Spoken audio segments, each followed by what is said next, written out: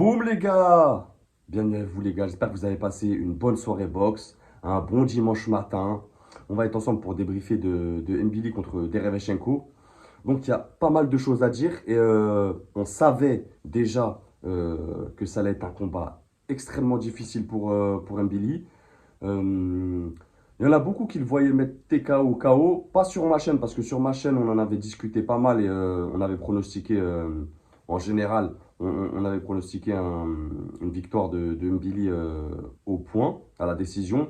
Après, quand je vois un juge qui donne 100, qui donne carrément tous les rounds à Mbili, bon, lui, il y en a, je me demande toujours cette question, les gars. Oh, excusez-moi, je fais une petite aparté sur ça, mais c'est important quand même le scoring.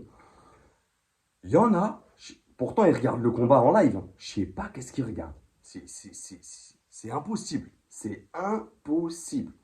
Tu vois, si je parle du round 7, on va rentrer dans le vif direct, ou dans le round 7, il est touché, Mbili, vraiment touché, par un Derevchenko euh,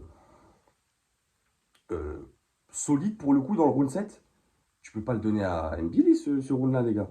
On est d'accord. Bref. Donc, Mbili, on savait qu'il allait avoir un combat très dur face à un boxeur très intelligent, qui l'a montré et d'un très haut niveau, malgré sa blessure. Après, je reviens sur la blessure aussi. Je vois parce que c'est sûr que ça va revenir, ça, quand un boxeur il se blesse. Les gens ils vont dire oui, mais s'il ne serait pas blessé, mais ceci, mais si cela. Les gars, c'est des boxeurs. À partir du moment où toi, tu vas dans ton coin et les mecs et ton coach, il dit c'est bon, tu continues. Si tu dis oui, c'est-à-dire que tu acceptes. C'est comme Fundora Siu. Siu, il aurait pu arrêter le combat quand il se prend le coup de coude, les gars. Il a décidé de continuer. Donc, tu prends ce risque. C'est des boxeurs, les mecs, c'est leur métier. Ils savent ce qu'ils font. S'ils continuent en étant blessés, bah, ils savent qu'il peut perdre des points, qu'il peut perdre des rounds, qu'il peut. Tu vois, ça fait partie du boulot. Donc, je ne reviendrai pas sur la blessure. Mais quel courage de Derevchenko, incroyable. J'ai trouvé que Mbili démarre très très bien le premier et deuxième round, bien qu'encore beaucoup trop énergivore à mon goût et beaucoup trop, comment je vais dire ça? C'est un peu trop une boxe à la française, tu vois, généreuse. Ça y est, t'es canadien, Christian. Ça y est, change de boxe. On rigole, les gars. Du coup, premier, deuxième round, très très bien pour Mbili. Troisième, Derevchenko commence à réajuster, commence à trouver des solutions, notamment avec les uppercuts qui commencent à rentrer, notamment avec les séries en combinaison, il commence à prendre la distance. Bon, il arrive toujours à, à perdre dans les échanges face à Mbili quand il est contre les cordes ou dans le coin du ring, tout ça. Mais il arrive à s'en sortir quand même. Derevchenko, il fait des gestes techniques, les gars, incroyables. Il fait des changements de garde, ça switch. Ah, c'est un gros niveau quand même. Même à 38 ans, c'est un très haut niveau technique, les gars. Très très haut niveau et très courageux Derevchenko. Alors oui, il prend des droites, il prend des gauches, il prend beaucoup de coups au corps. Mais Mbili, ça va pas les frères. J'avais des doutes sur ça. J'avais dit dans ma vidéo analyse, j'ai pas envie qu'il travaille sur seulement un coup lourd. T'es pas Mike Tyson, t'es pas Marvelous Marvin Hagler, t'es pas Thomas Hearns, t'as pas ce coup qui va électrocuter l'adversaire sur un coup. Christian, tu ne l'as pas. Ça veut dire que tu seras obligé de travailler sur plusieurs coups. Tu ne peux pas travailler sur un coup et partir et revenir derrière. C'est soit tu travailles sur un coup et tu sais que tu as la puissance pour sécher la personne, ou soit tu travailles sur plusieurs coups. Tu ne peux pas envoyer un coup ou un coup, un gros crochet gauche et après derrière partir et revenir. Et revenir en plus en garde comme ça, tu sais tu vas avoir des séries de jabs qui vont arriver. Tu ne peux pas faire ça.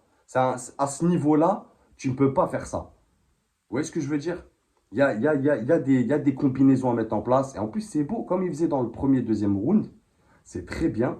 Mais tu ne peux pas le faire tout le temps. Là, tu nous as montré que ton cardio, il avait ses limites face à un boxeur intelligent. Euh, Tu nous as montré, Mbili, que tu ne savais pas couper un ring. Alors que c'est un petit ring. J'imagine même pas sur un grand ring face à un Caleb Plant. Ça va être une démonstration, je vous le dis tout de suite, les gars. Mais bon, la route, elle est encore longue. Il a encore du temps pour progresser. Il a 29 ans. Moi, comme vous le savez, je suis pas un partisan des mecs qui disent qu'il est prêt pour un Canelo. Je l'ai toujours dit, il va falloir encore deux trois fights. Et deux trois gros fights. Des Plant, des Mongolia. On n'y est pas encore, les gars. On n'y est pas du tout encore.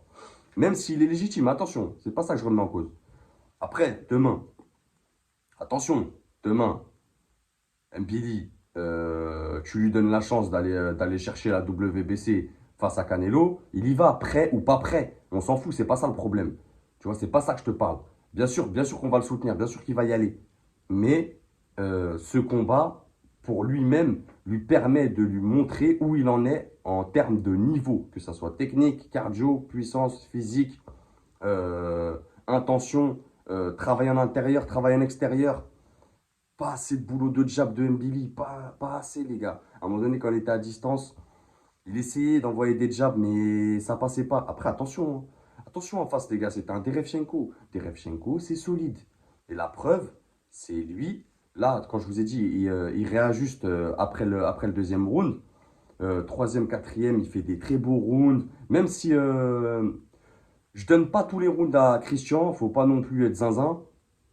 Mais voilà, moi j'avais un bon 97-93, tu vois. Je donne bien 3-4 rounds à Derevchenko, facile, vraiment. Et on a vu que sur le septième, les gars, c'est Derevchenko qui touche. Et je pense pas qu'il touche par rapport à la lourdeur de ses coups. Je pense qu'il touche par rapport à un manque de cardio de Mbili qui a trop donné. On a bien vu, il y a des reprises où il fait pas grand-chose. Pourtant, j'ai bien aimé. Des fois, il fait des bonnes combinaisons, corps-face, sur 2, 3, 4 coups.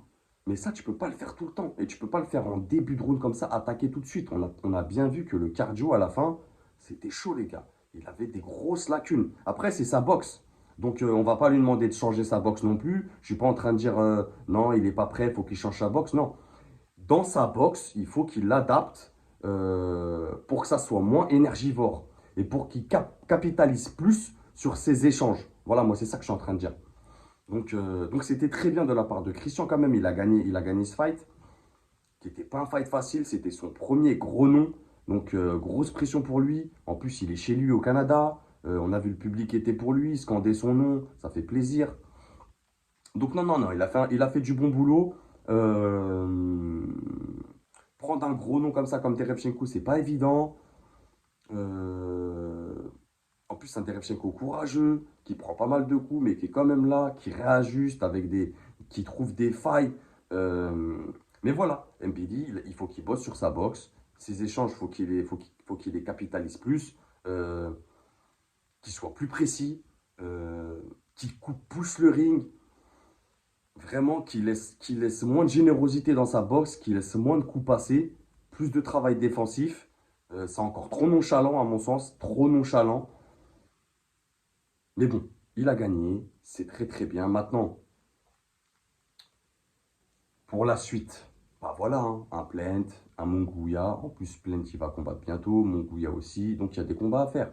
Il y a des combats à faire pour progresser. Je pense que Billy, il en est conscient. Je pense que sa team, elle en est consciente. Top Rank aussi, je pense qu'ils en sont conscients. Ils n'enverront jamais un Billy comme ça.